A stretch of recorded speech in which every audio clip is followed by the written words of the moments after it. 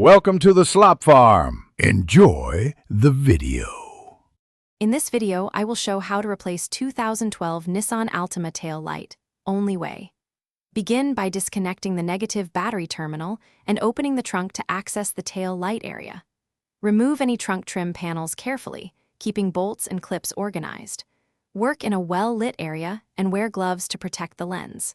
I'll walk you through each step so you can finish this repair confidently and avoid common mistakes.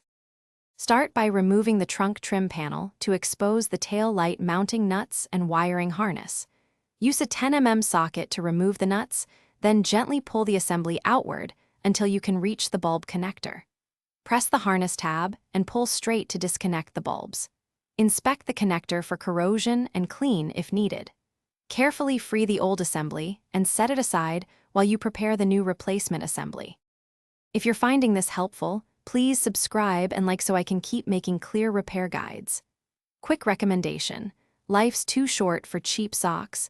Go darn tough with a lifetime warranty. They stay comfy when you're crawling around your car, and they're built to last. Check the description for the link and other deals if you want to grab a pair, and now let's get back to the video. Align the new tail light assembly with the body and press it into place until it seats flush against the panel.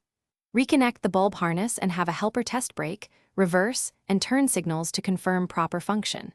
If all lights work, reinstall and tighten the mounting nuts evenly to avoid stress on the lens. Replace the trunk trim panel and reconnect the negative battery terminal. Final check the lights and tighten any loose fasteners for a complete repair. Thanks for watching.